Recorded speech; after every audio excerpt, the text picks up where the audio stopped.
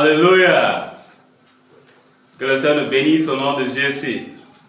Nous sommes la bienvenue encore à cette grande retraite de cette année 2025, décembre. Que le Seigneur nous bénisse. Nous allons prier. Père, nous te disons merci pour ce matin. Merci pour ta grâce. Merci pour ton amour. Merci pour tout ce que tu es en train de faire pour nous. Merci pour notre Père, la vision que tu nous as donnée depuis les 50 années qui est passée. Et nous sommes là aujourd'hui, à notre 50e année, pour cet programme de retraite. Seigneur, je prie que ton nom soit glorifié au nom de Jésus.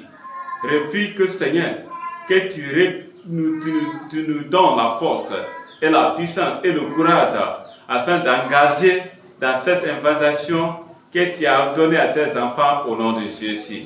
Merci parce que c'est fait. Au nom de Jésus-Christ, nous prions. Amen. Vous êtes la bienvenue à cette retraite de décembre 2025. Aujourd'hui, c'est notre deuxième journée depuis le commencement de cette retraite. Et nous allons construire le message maintenant. Quand tu regardes ton programme, c'est recouvrir le zèle et la passion pour l'évangélisation personnelle. Recouvrir le zèle et la passion pour l'évangélisation personnelle. Nous allons voir dans Marc chapitre 16. Marc chapitre 16, je lis verset 15 à 16. La Bible nous dit, verset 15, puis il est dit, allez par tout le monde et prêche la bonne nouvelle à toute la création. Verset 16 nous dit, celui qui croira et qui sera baptisé sera sauvé. Mais celui qui ne croira pas sera condamné. Si nous regardons ce message, nous devons comprendre que c'est le mandat de Christ, notre Sauveur, avant de quitter le monde. C'est ce qu'il avait donné comme un mandat pour tous les croyants afin d'obéir. Et comme nous sommes là ce matin, nous sommes là pour faire quoi? Pour recouvrir le zèle et la passion pour cette invitation qui est personnelle. Et le Seigneur va nous aider au nom de Jésus. Il y a des choses que nous devons comprendre. On ne peut pas retrouver, on ne peut pas renouveler le zèle pour l'invitation personnelle sans considérer d'abord le profondément du cœur de Dieu pour les pécheurs. Si nous voulons renouveler notre zèle, nous devons comprendre d'abord quel est le plan de Dieu pour les pécheurs. Les gens qui sont perdus, les gens qui sont condamnés, les gens qui vivent dans le péché. Nous devons comprendre d'abord qu'est-ce que Dieu a pour eux. Vous voyez, nous devons comprendre aussi que Dieu aime les pécheurs, mais c'est le péché qu'il n'aime pas. Si nous lisons dans Luc chapitre 24, je vais lire pour vous verset 47. Luc 24, verset 47. Regardez ce que la Bible nous dit dans verset 47 et 48. 47 nous dit, et que la repentance et le pardon des péchés sera prêché en son nom à toutes les nations, à commencer par Jérusalem. Et verset 28 et 48 nous dit maintenant, vous êtes témoins de ces choses. Amen. Vous voyez, Dieu dit que vous êtes témoins de ces choses. C'est pour te dire que cette parole de repentance doit être prêchée dans tout le monde, pour que le monde entier sera sauvé. Si nous lisons encore dans 1 Timothée, je lis pour vous, 1 Timothée chapitre 2. 1 Timothée chapitre 2, lisons versets 3 et 4. 1 Timothée chapitre 2, versets 3 et 4. La Bible dit, cela est bon et agréable devant Dieu, notre Sauveur, qui veut que tous les hommes soient sauvés et parviennent à la connaissance de la vérité. Ça, c'est l'objectif de Dieu. Ça, c'est l'intention de Dieu. Dieu veut que tout le monde sera sauvé. Si nous lisons encore dans 1 Pierre 1 Pierre chapitre 3, verset 9. 1 Pierre chapitre 3, je lis pour vous, verset 9. Verset 9 nous dit, 2 Pierre chapitre 3, 2 Pierre chapitre 3, verset 9. Amen. Regardez ce que la parole de Dieu nous dit, verset 9, là-bas. Il dit, le Seigneur n'est pas dans l'accomplissement de sa promesse, comme quelques-uns le croient, mais il use de patience avec vous, ne voulant pas qu'aucun périsse, mais voulant que tout arrive à la repentance. Ça, c'est l'objectif de Dieu. Ça, c'est le plan de Dieu. Ça, c'est le désir de Dieu. Ouais, son désir de les sauver, c'est ce qui doit nous ramener à cette passion, à aller prêcher la parole de Dieu. Nous allons voir notre message en 3 parties. Alléluia. Nous allons voir, première partie de notre message, nous allons voir reconnaître le besoin de renouvellement. Reconnaître le besoin de renouvellement. Pourquoi nous devons renouveler ces zèles? Pourquoi nous devons renouveler le zèle de prêcher la parole de Dieu? Alléluia. Deuxième point, nous allons voir la quête passionnée pour raviver la flamme. La quête passionnée pour raviver la flamme. Et nous allons voir, numéro 3, l'étape pratique pour soutenir le zèle.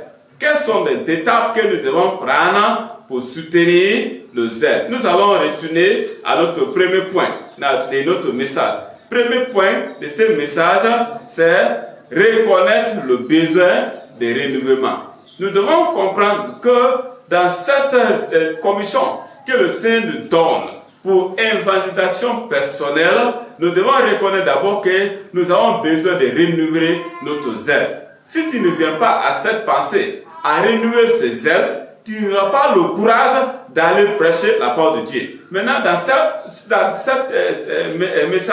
cette partie, nous allons voir des choses importantes, des points importants. Numéro 1, nous allons voir réflexion intentionnelle. Vous voyez, nous devons réfléchir d'abord. Nous devons avoir une poursuite, nous devons avoir un désir, nous devons réfléchir sur ça. Et deuxième, nous allons voir les défis persistants. Quelles sont des choses qui empêchent les gens de ne pas aller évangéliser? Pourquoi les gens aujourd'hui négligent l'évangélisation?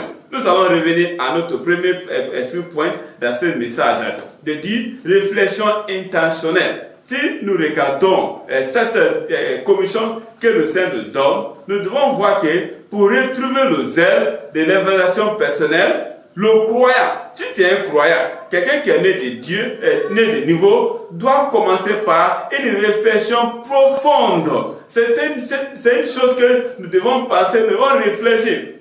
Nous devons penser sur quoi? Le but de Dieu, l'objectif de Dieu pour sauver les âmes. Parce que c'est ça qui va nous pousser, c'est ça qui va nous pousser à évangéliser. Mais si on n'a pas pensé, on n'a pas réfléchi sur quoi? Le but de Dieu pour sauver les âmes, ça ne va pas nous pousser à prêcher la parole de Dieu. Alléluia. Et il y a quelque chose que nous devons comprendre, que l'évangélisation n'est pas optionnelle. Il y a certains qui pensent que c'est l'optionnel. Si je vais, je peux prêcher. Si je vais aller évangéliser. Si je vais, quand je gagne le temps. Non, ce n'est pas optionnel. Nous devons comprendre que c'est un mandat divin. Ça vient de Dieu. C'est un mandat que Dieu a donné à tout le monde. Et à cause de ça, nous devons l'obéir. Et le Seigneur nous donne la grâce au nom de Jésus.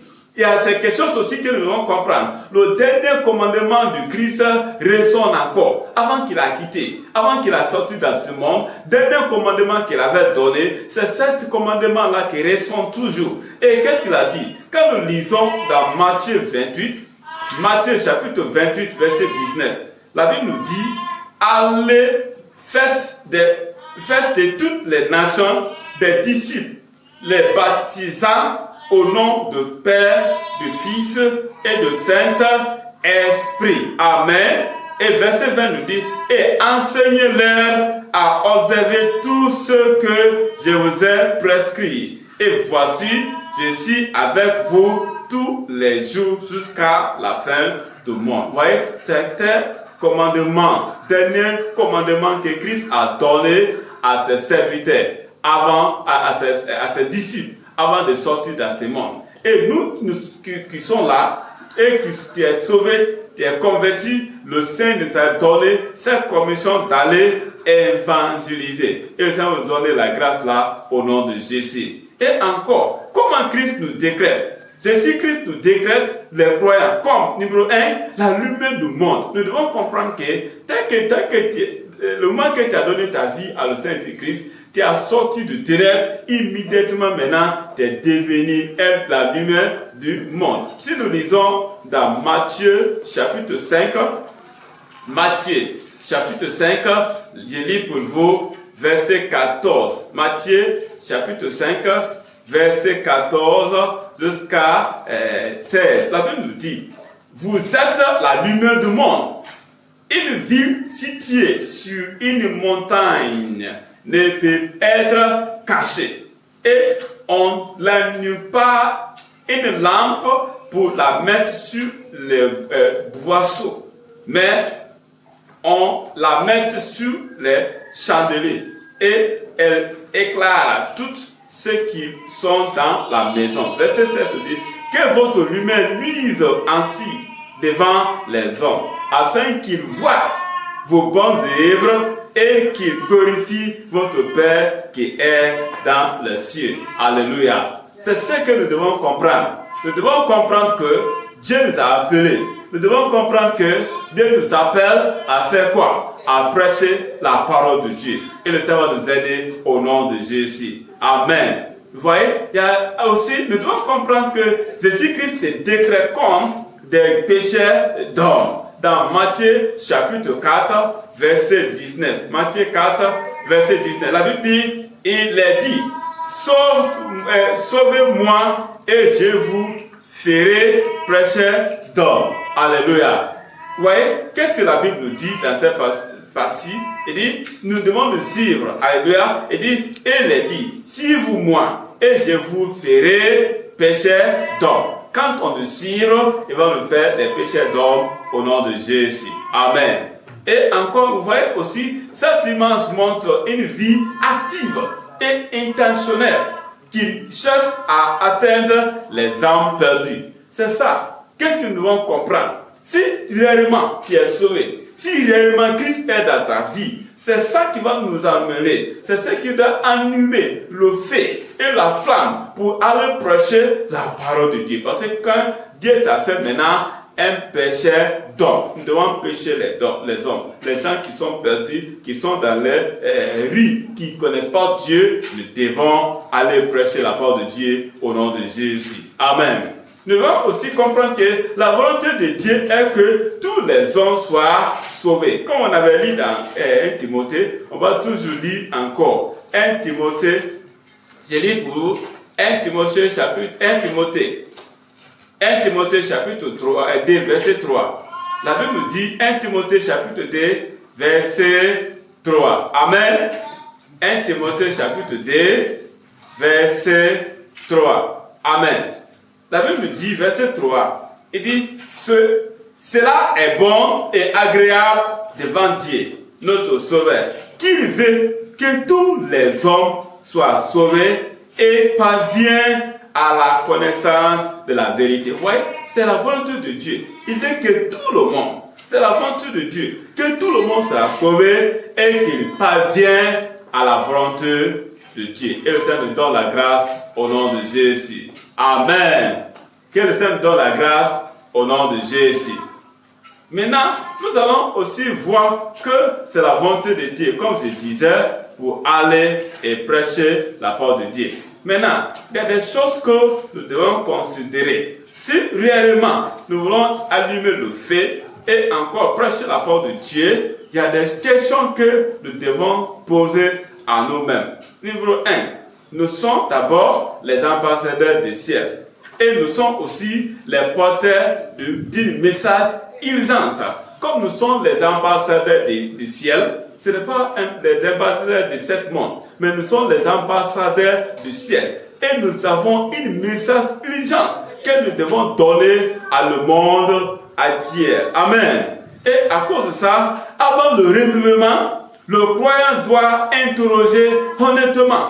Toi, entre toi et Dieu, personnellement, tu dois se poser les questions pareilles. 1. Est-ce que j'ai accompli le commandement du Christ depuis que tu as donné ta vie à le Seigneur Jésus-Christ? Tu as accepté Christ comme ton sauveur. Est-ce que réellement tu as accompli le commandement que Christ t'a donné? Numéro 2, tu dois aussi poser ces questions.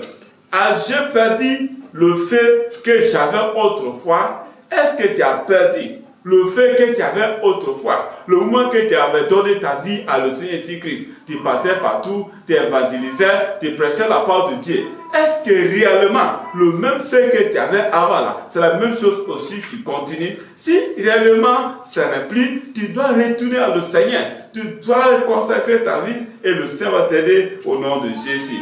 Et encore, numéro 3, nous devons poser ces questions aussi. L'évangélisation est-il encore au centre de ma marche chrétienne? Est-ce que c'est ce que tu as mis comme pivot ou centre ou pilier dans ta vie chrétienne avec la marche que tu marches avec Christ? Si les choses-là ne sont pas là-bas, tu dois ramener aussi et le feu sera brûlé et le Seigneur va te donner la force et tu vas prêcher la parole de Dieu et les hommes seront sauvés au nom de Jésus. Nous allons voir sous-titre niveau 2, les défis persistants. Quelles sont les choses qui persistent aujourd'hui? Pourquoi aujourd'hui beaucoup de personnes refusent de prêcher la parole de Dieu? Ce n'est pas parce qu'ils ne peuvent pas prêcher, mais il y a des choses qui les empêchent. Si nous lisons dans Matthieu 24, je lis pour vous verset 12. Matthieu chapitre 24, verset 12. La Bible nous dit, verset 12, nous dit, Amen. Excusez, Matthieu chapitre 24, verset 12. La Bible dit, et parce que l'iniquité sera accrue, la charité des plus grands nombres se refondera. Vous voyez? Parce que la Bible dit l'iniquité. Les gens, quand nous regardons aujourd'hui, chaque fois les gens pensent comment commis les péchés, comment crier les péchés qu'ils n'ont jamais fait d'abord. Les gens vivent dans la prostitution, les gens vivent dans les vices sociaux et toutes sortes de péchés. Et à cause de ça, nous devons penser que c'est les choses là souvent qui empêchent les gens. Alléluia. Quand tu sors maintenant là, tu vas voir que les gens, certains portent des habits nus, certains portent certaines choses là pour exposer les corps. Et maintenant, toutes ces choses-là, certains, moi, je ne peux pas aller prêcher la parole avec ça et encore, avec l'amour de l'argent, l'amour pour les choses de ce monde. Il y a beaucoup de choses qui empêchent les gens. Mais le Seigneur nous appelle à faire quoi? À ramener le fait. Et le Seigneur va ramener notre fait au nom de Jésus. Nous allons aussi voir que les croyants mondains font face à des obstacles réels qui diminuent aujourd'hui le zèle. Quels sont des zèles? Numéro 1, on voit les distractions. Il y a certains qui sont distraits. Les gens ne sont pas concentrés. À cause de quoi? Beaucoup des occupations. Je suis occupé. J'ai des choses à faire. Je dois poursuivre ça. Je dois avoir ça. Ils sont distraits par leurs activités. Et encore, on voit aussi peur de rejet. Il y a certaines personnes, quand je vais pour prêcher là-bas, là, est-ce que lui va accepter? Les gens là vont me rejeter. Il y a certains aussi, si je commence à faire l'œuvre de Dieu, mes parents m'ont mis dans l'école et je dois les aider, je dois avoir des emplois pour faire, pour suivre certaines études, pour avoir ça, pour les aider et pour avoir un bon avenir. Oui, tout ça là c'est bon. Mais nous devons comprendre que ça c'est l'objectif pour lequel Christ est venu. Et nous devons prendre ces paroles et prêcher partout. Alléluia. Et encore, il y a certains aussi, c'est manque de temps. Certains n'ont pas de temps. Tout moment, ils sont occupés. Ils sont par là, ils sont de l'autre côté. Pasteur, tout moment là, moi ici, le chef de cette centre où je suis là-bas, je suis occupé ici, j'avais d'autres travail. Et à cause de ça, 24 heures sur 24 heures, ils n'ont pas de temps pour le Seigneur. Ça, ce n'est pas bon. Et le Seigneur nous donne la grâce au nom de Jésus. Et l'autre chose encore ici, c'est fatigue spirituelle. Il y a certaines personnes qui sont spirituellement fatiguées et spirituellement morts. Spirituellement, ils sont faibles, ils sont en litage, ils n'ont plus la force, ils n'ont plus le courage. Ils vont à l'église seulement, ils sont des dirigeants, ils viennent seulement pour prêcher. Il y a certains qui aiment pour venir prêcher seulement, mais ils ne veulent pas sortir pour prêcher la parole de Dieu. Mais ce matin, le Seigneur nous parle. Nous devons revivre, nous devons ramener aussi le fait que le Seigneur avait mis en nous. Et le Seigneur nous donne la grâce là, au nom de Jésus. Amen. Amen. Oui, maintenant, c'est pour cela, Christ, notre Seigneur Jésus-Christ a prédit ces dangers. Et c'est très dangereux. Comme on avait lu dans Matthieu chapitre 24, verset 12, la Bible nous parle que l'amour du plus grand nombre se refroidira. L'amour pour les choses de ce monde, l'amour pour les choses terrestres, pour chercher les choses de ce monde. C'est pas mauvais de les chercher, c'est important. Mais notre intention doit être focalisée sur quoi? La prédication de la parole de Dieu, afin que les âmes seront sauvées. Et le Seigneur nous aide au nom de Jésus. Amen. Vous voyez? Et encore, celui qui gagne des âmes est sage. Quand nous lisons dans Proverbes chapitre 11, verset 30, la Bible nous dit que celui qui gagne les âmes est sage. Si tu sors pour prêcher la parole de Dieu, tu es sage parce que tu ne veux pas que les gens là périssent dans leur péché. Tu ne veux pas que les gens là partent à l'enfer. Tu ne veux pas que les gens là rentrent dans l'île d'éternité. Ils vont souffrir pour toujours. Et à cause de ça, nous devons sortir et prêcher la parole de Dieu. Nous devons les délivrer, nous devons les arracher de cette fée éternelle, afin qu'eux aussi vont échapper ces grands jugements de Dieu au nom de Jésus. Amen. Et aussi, on a vu que Paul a averti aussi contre la liturgie spirituelle. Quand nous parlons de liturgie spirituelle, c'est quelqu'un qui est très froid. Il n'a pas le courage, il n'a plus maintenant le goût pour aller prêcher la parole de Dieu. Certains viennent à l'église, il fait toute l'année, mais il n'a même pas le temps pour parler à les gens, pour prêcher la parole de Dieu à les gens. Quand on fait ça, c'est-à-dire tu es spirituellement mort. Et le Seigneur veut que nous sortons dans cette étape afin que nous prêchions la parole de Dieu. Et le Seigneur nous aide au nom de Jésus. Amen.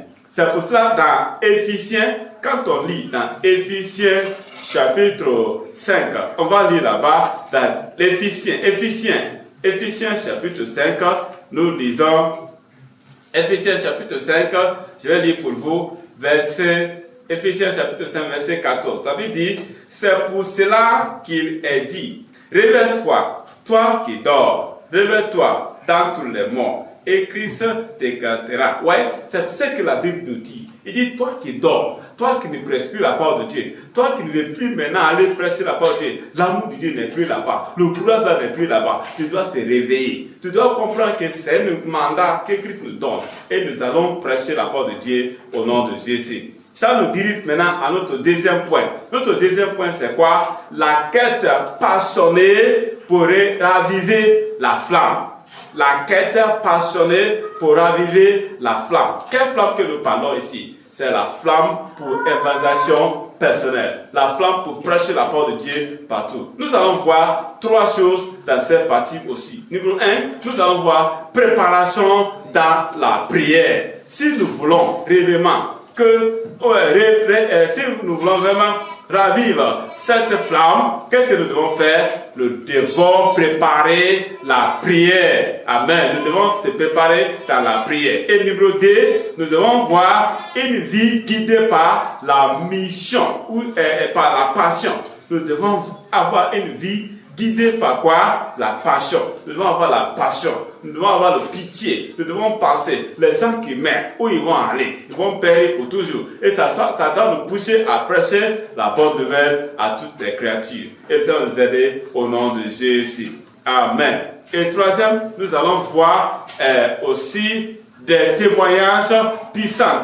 Quels sont des témoignages qui peuvent transformer, qui peuvent toucher la vie des gens, afin que les gens là reviennent à le Seigneur. Nous allons retourner à notre premier sous-titre dans cette partie, préparation dans la prière. Nous devons comprendre que tout renouveau de zèle commence sur l'autel de la prière.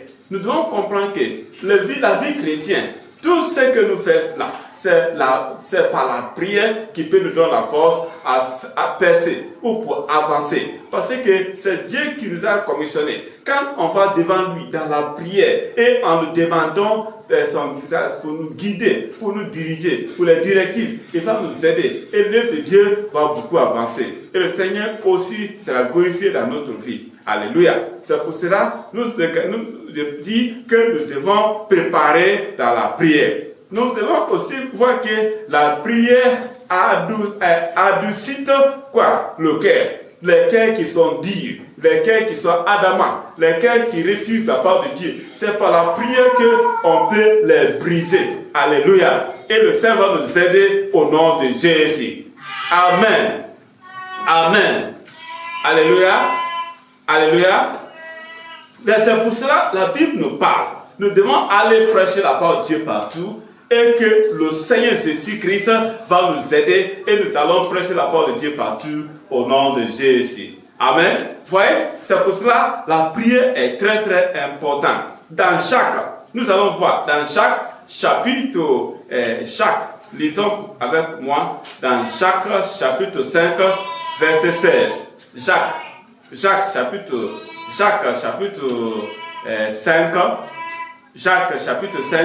verset 16. Qu'est-ce que la Bible dit dans cette partie? Confessez donc vos péchés les uns aux autres et priez les uns pour les autres afin que vous soyez guéris. Et la Bible dit, la prière fervente du juste a une grande efficacité. Alléluia. La prière d'un juste. Quelqu'un qui est sauvé, quand tu es sauvé, tu es converti, tu viens à Dieu dans la prière et tu pries sérieusement. Je vais te dire quelque chose, Dieu lui-même va exaucer ta prière au nom de Jésus. C'est pour cela, qu'est-ce que nous devons faire? Nous devons s'engager dans la prière. La prière est importante et le Seigneur nous aide. Ouais. Et encore, nous devons comprendre aussi comment aussi Paul a pu consacrer sa vie à le Seigneur. Si nous regardons dans Romains chapitre 10, verset 1. Romains chapitre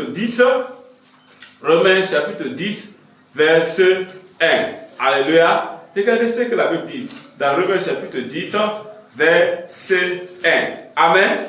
Verset 1 nous dit, dans cette partie, frère, le vœu de mon cœur et ma prière à Dieu pour que ceux qu'ils soient sauvés. Alléluia. Vous voyez, c'était la prière de Paul.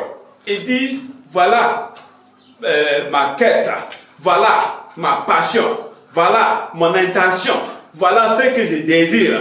Je veux que les hommes, les sœurs, les femmes, les enfants et tout le monde, il faudrait que les gens là seront sauvés. C'est pourquoi? Parce qu'il ne faudrait pas que les gens là paillent. Les gens partent dans l'enfer. Là, ils vont vivre pour toujours. Là, ils vont souffrir pour toujours. Et c'est ce qui doit nous pousser à prêcher la parole de Dieu. Que le Seigneur nous aide au nom de Jésus. Amen. Voyez encore dans Éphésiens chapitre 6, verset 19. On a vu ici que Paul a prié. Pourquoi? Il a demandé la prière pour avoir de la audacité, c'est-à-dire hardiesse, être fort, être courageux de prêcher la parole de Dieu. Ça, c'est la force spirituelle, la force qui vient de Dieu pour te permettre à parler sans crainte et aussi à convaincre les gens à se donner à le Seigneur Jésus-Christ. Nous aussi, on a besoin de la même prière. On doit faire la même prière pour que Dieu lui-même nous ranime cette fait à nous. Dans Éphésiens chapitre 6, verset 19. Éphésiens chapitre 6, verset 19 à 20. La Bible nous dit, verset 20 et 19. Priez pour moi, afin qu'il me soit donné, quand j'ouvre la bouche, de faire connaître ardument et librement le mystère de l'évangile, pour lequel je suis ambassadeur dans les champs, et que j'en parle avec l'assurance comme je dois en parler. Ouais, ici c'est ça que nous devons comprendre. La Bible nous dit que Paul, il priait, il demandait la prière. Et il demandait que les gens prient pour lui parce qu'il avait besoin de l'audacité. Vous voyez, cette prédication que le Seigneur nous a donnée, cette commission que Dieu nous a donnée d'aller prêcher la parole de Dieu, on a besoin des audaces, on a besoin de la force, on a besoin du courage d'aller prêcher. Parce que vous allez rencontrer certaines personnes qui sont effrayantes, il y a certaines personnes qui ont une manière là. Si tu n'as pas le courage, tu ne veux même pas les regarder, tu ne veux même pas les prêcher. Mais quand le Saint-Esprit te donne cette audience là, si le Saint-Esprit te donne cette audience là, je vais te dire quelque chose, tu vas prêcher la parole de Dieu et les gens là seront convertis au nom de Jésus. Amen. Vous voyez, c'est pour cela que nous devons se consacrer à ça. On a besoin de prier. Oh Dieu, donne-moi l'audace. Dieu, donne-moi la puissance, donne-moi la force et la grâce et pour aller accomplir ces livres. Et aussi dans Actes chapitre 4, verset 31. Actes chapitre 4, lisons verset 31. Actes 4, verset 31. Je lis pour vous. Les apôtres rendaient avec beaucoup de force témoignage de la résurrection du Seigneur Jésus. Et une grande grâce reposait sur eux tous. Oui, ça veut dire pourquoi? Parce que les gens là, ils étaient remplis par quoi? La puissance. Après la prière, ils furent remplis du Saint-Esprit et annonçaient la parole avec l'assurance. Oui, c'est pour cela que nous devons prier, chaque moment prier, afin que Dieu nous remplit par le Saint-Esprit. Si nous sommes remplis par le Saint-Esprit, ça va nous pousser à aller prêcher la bonne nouvelle à les créateurs. Et le Seigneur nous aide au nom de Jésus. Quand nous prions pour la compassion, le courage et les occasions, Dieu lui-même aussi va rallumer le feu en nous. Et nous allons prêcher et beaucoup les gens seront gagnés au nom de Jésus. Bible D, dans le sous-titre D, c'est un guide, une vie guidée par la passion. Si ta vie est guidée par la passion, la compassion pour la prédication de la parole de Dieu, je vais te dire quelque chose que les hommes, beaucoup seront sauvés. Et tu ne vas même pas s'asseoir pour dire, ah, si j'ai le temps. Non, ça va te pousser à aller prêcher la parole de Dieu. Et c'est pour ça que je vous ai dit que l'évaluation devient naturelle lorsque c'est un but de vie. Vous voyez, l'évaluation va devenir naturelle. C'est-à-dire, ça fait partie, ça ne sera pas de toi maintenant, si réellement tu le fais ça comme un but de la vie. Amen. Et encore, ce n'est pas une activité saisonnière. Il y a certains qui disent, ah, je vais travailler pendant la saison sèche. Et certains disent que je vais travailler quand la pluie ne vient pas. Non. Si réellement que tu fais ça comme un but de ta vie, je vais te dire quelque chose, dans la saison pluvieuse ou saison sèche, tu vas prêcher la parole de Dieu, tu vas sortir, tu vas rencontrer les gens et tu vas les prêcher la parole de Dieu et ils seront sauvés au nom de Jésus. Amen. Vous voyez, c'est pour cela Paul, lui aussi, avait ses modèles. Nous allons voir certains modèles de Paul dans son évangélisation. Et si nous lisons dans 1 Corinthiens chapitre 9, verset 16. 1 Corinthiens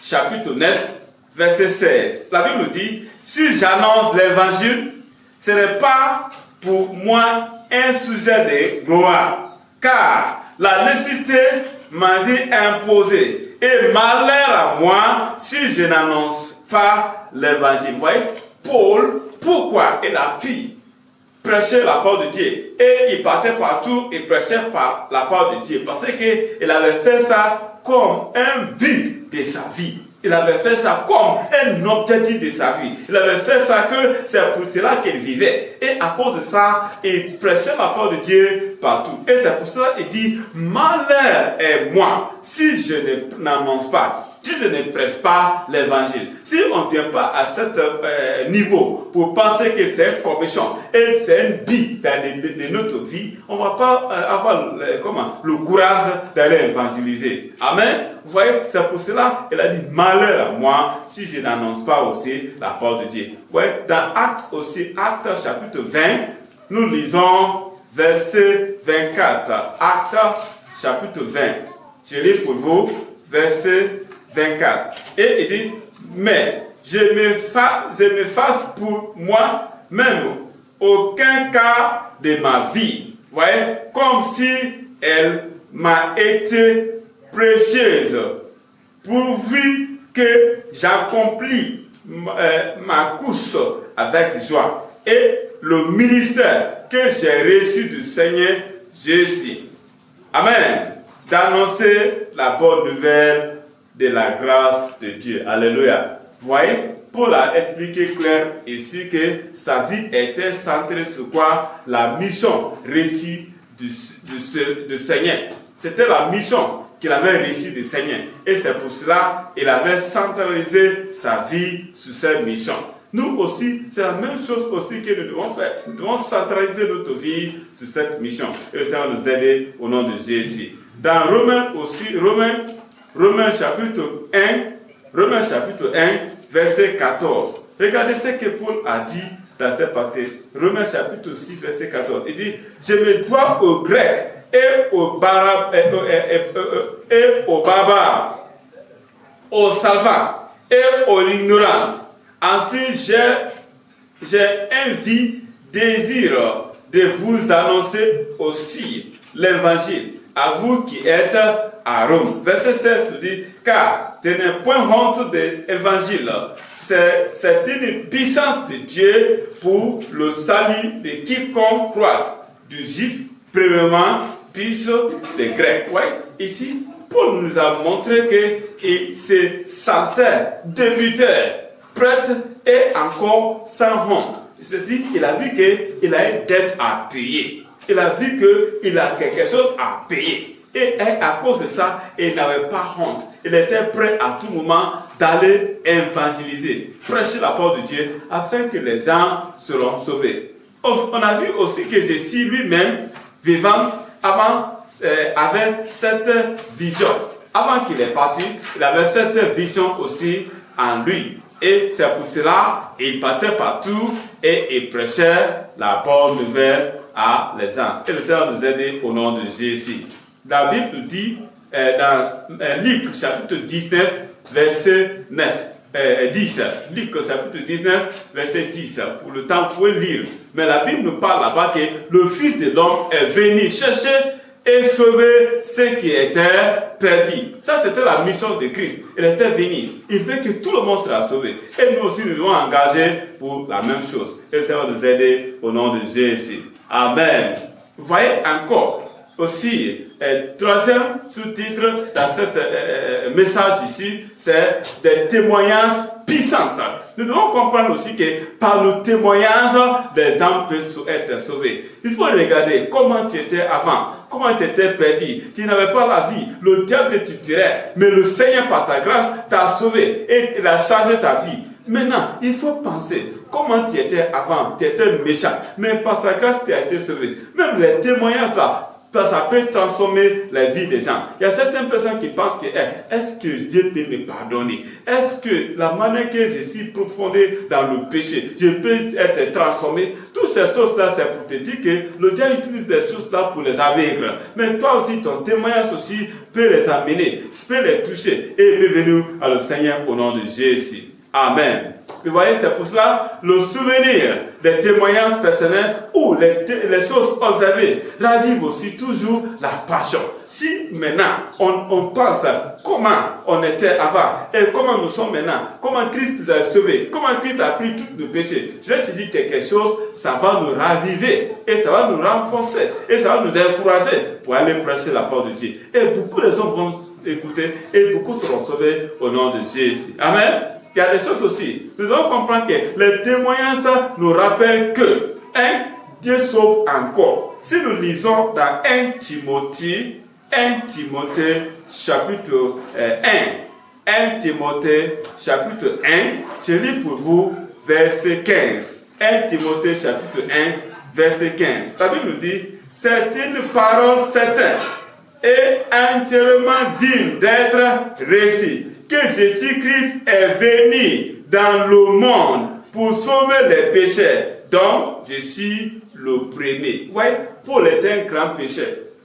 Il avait commis des crimes. Il avait fait des choses très mauvaises, mais il a été sauvé. Il était sur le chemin pour aller persécuter les chrétiens. C'est là-bas qu'il a reçu la touche de Christ et il était sauvé. Maintenant, si Christ a sauvé cet homme qui était comme Paul et Saul, qui était mauvais, qui était méchant comme ça, pourquoi pas toi? Tu peux utiliser toutes ces choses-là pour leur dire que Dieu peut les sauver. Il y a des grands marabouts, il y a des grands féticheurs, il y a des gens qui vivent dans la prostitution. Il y a certains même, ils sont addicts, qui sont profondis dans ces péchés, ça a devenu maintenant une habitude. Et ils ne pensent même pas si Dieu peut les pardonner. Oui, on peut les parler que Dieu est venu pour lui. Si Dieu a sauvé Paul, il peut les sauver. Il n'y a pas un pécheur que Dieu ne peut pas sauver. Il n'y a pas un péché aussi que Dieu ne peut pas pardonner. Et si on les parle par ce témoignage, il va recevoir le salut au nom de Jésus. Et encore, il y a certains qui disent, est-ce que ma vie là sera transformée? Est-ce que les mauvaises choses que j'attends de faire, est-ce que ma vie peut être transformée? Si nous lisons dans Romains chapitre 1, lisons verset 16. Romains chapitre 1, verset 16. La Bible nous dit, car la Bible dit dans Romains chapitre 16, verset 1, Romains chapitre 1, verset 7 nous dit, car tu n'es point honte de l'évangile, c'est une puissance de Dieu pour le salut de quiconque croit, de juif premièrement jusqu'à grec. Oui, le salut là, c'est pour quiconque croit. Quiconque vient, quiconque accepte, quiconque vient à lui, quiconque se répand de ses péchés, Dieu le pardonne, Dieu le lave, Dieu le purifie et il devient une nouvelle personne. Dieu peut transformer n'importe quelle personne. Alléluia. C'est pour cela que nous devons prêcher cette parole-là. Nous devons témoigner. Notre témoignage-là peut les amener aussi. Et nous devons aussi les faire comprendre nous devons les faire comprendre aussi que le ciel se réjouit pour un seul pécheur repentant. Si un pécheur, quelqu'un qui vivait dans le péché, qui était très méchant, il se répand de ses péchés, il doit connaître qu'il y a au ciel aussi, il y a la joie pour ces gens-là. Dans Luc chapitre 15, Luc chapitre 15, je lis pour vous verset 7. Et je vais sauter, nous allons voir verset 10. Verset 7 nous dit, de même, je vous le dis, il y aura plus de joie dans le ciel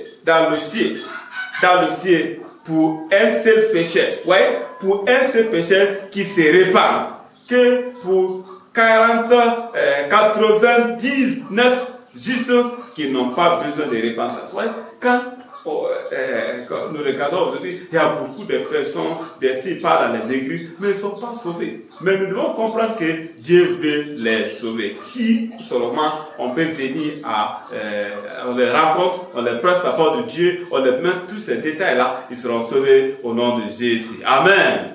Et notre chose aussi, nous voyons aussi, David s'est fortifié en se souvenant des œuvres de Dieu. Quand il lit dans Psaume chapitre 77, verset 11 jusqu'à 12, on a vu là-bas comment David résistait. Il a souvenu comment Dieu l'a sauvé. Il était un pécheur, il avait péché, mais Dieu a souvenu de sa grâce. La grâce de Dieu l'a aidé et il était sauvé. C'est la même chose aussi. Nous devons souvenir comment Dieu t'a aidé, comment Dieu t'a soutenu, comment Dieu t'a fait sortir de ton condamnation et de tes péchés. Ça aussi, ça va les amener au ciel au nom de Jésus. Amen. On a vu aussi les disciples de Jean ont crié en voyant les actes de Christ. Quand Jean le Baptiste a annoncé que voici l'agneau de Dieu, voici celui-là qui prend le péché des âmes, voici le sauveur du monde. Dès que Jean le Baptiste a monté les gens là, immédiatement les disciples ont crié et ils sont partis vers lui et ils ont donné leur vie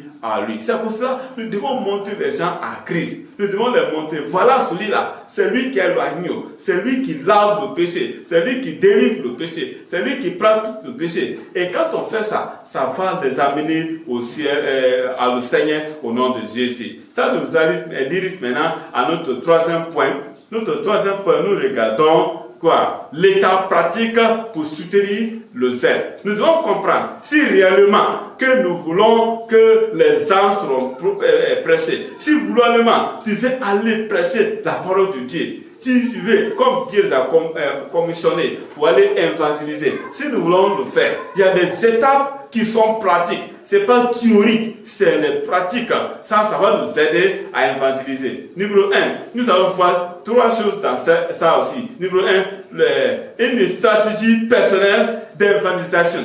Ça, c'est 1.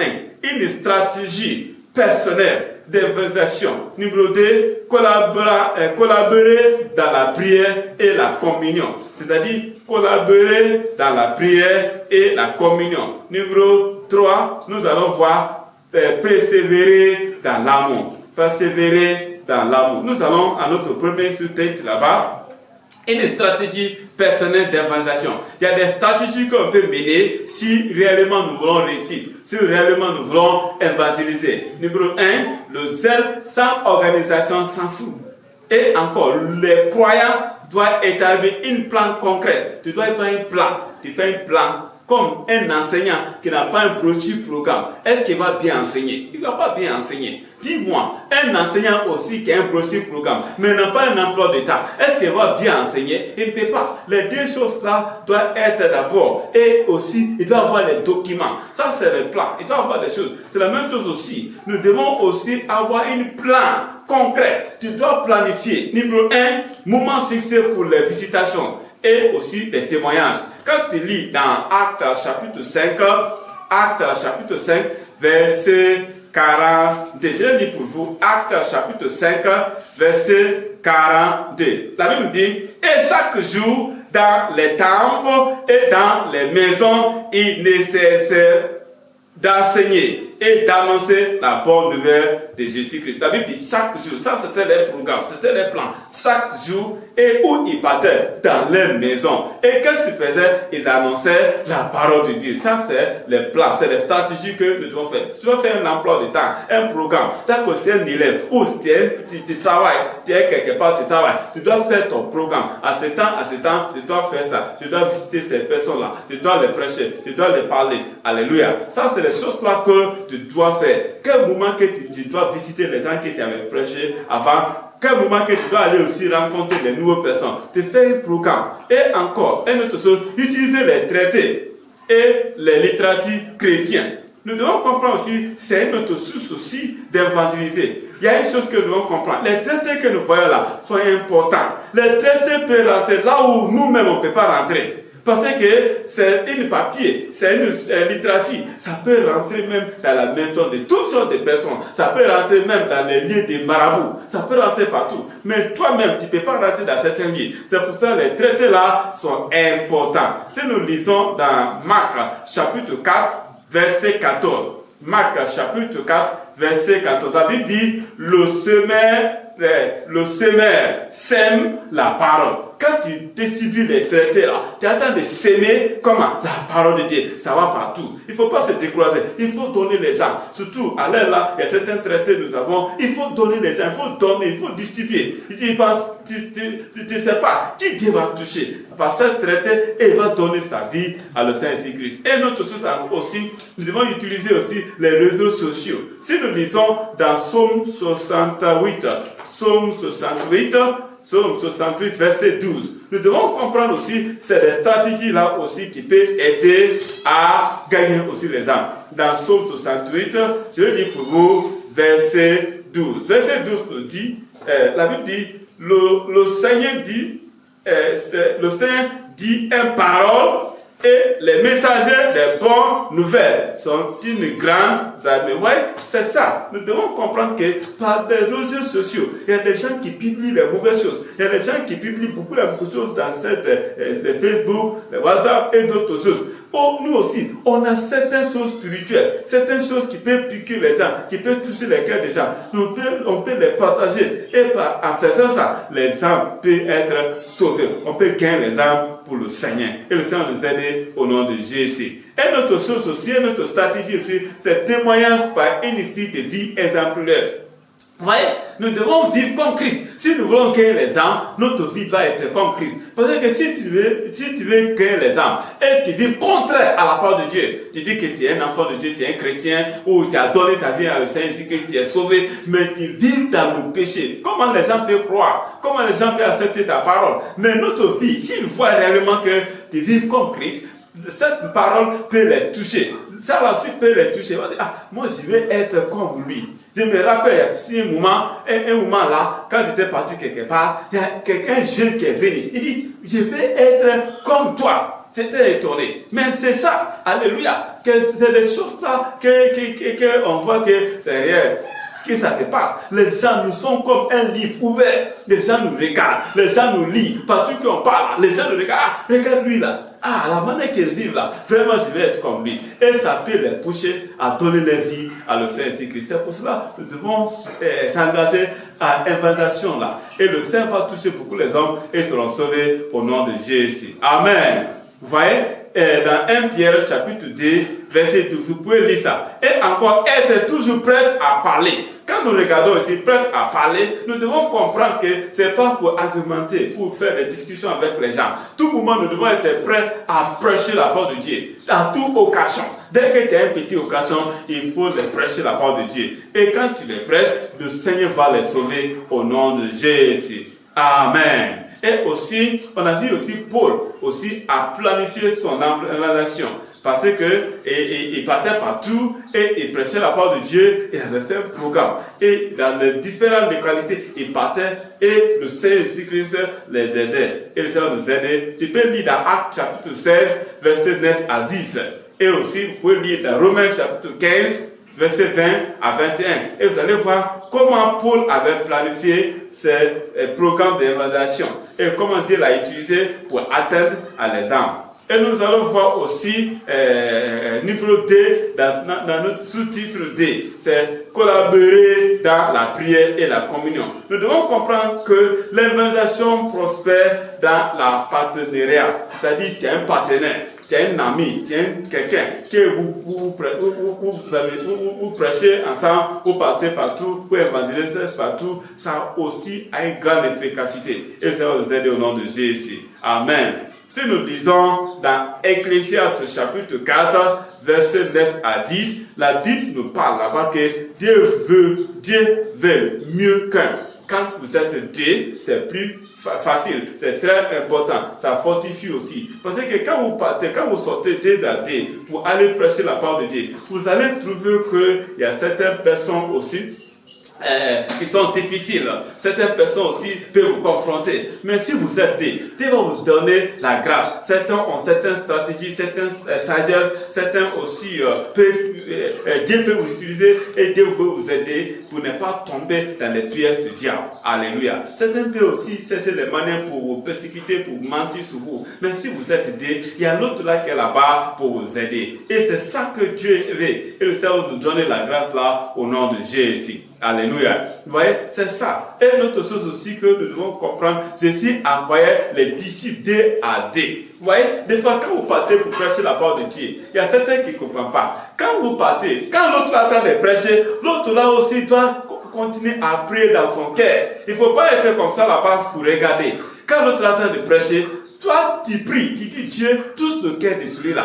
Dieu, touche le cœur de celui-là. Tu es en train de prier dans ton cœur. Et quand il finit, et c'est ton tour, l'autre là aussi doit faire la même chose. En faisant ça, je te dis la vérité, le Seigneur va toucher les gens là. Et les miracles vont suivre au nom de Jésus. Si vous lisez dans Marc chapitre 6, verset 7, et aussi vous pouvez lire dans Luc chapitre 10, verset 1. On a vu comment Jésus-Christ a envoyé les disciples un à un. Et le Seigneur nous aide, nous allons au nom de Jésus. Et aussi, les croyants s'encouragent et s'édifient. Dans Hébreux chapitre 10, verset 24 à 25. Je vais te dire quelque chose. Si vous êtes ensemble, si vous faites des choses et vous collaborez ensemble, je vous dis que ça encourage aussi, ça fortifie aussi, ça donne aussi ça l'édifie aussi. C'est pour cela, quand nous sommes, vous êtes deux, les femmes avec les femmes, les hommes avec les hommes. C'est pas femme avec homme. Vous partez pour l'évangélisation. Non. Sauf si c'est ta femme. Mais si vous n'êtes pas, vous êtes les frères et les sœurs. Non. Les hommes avec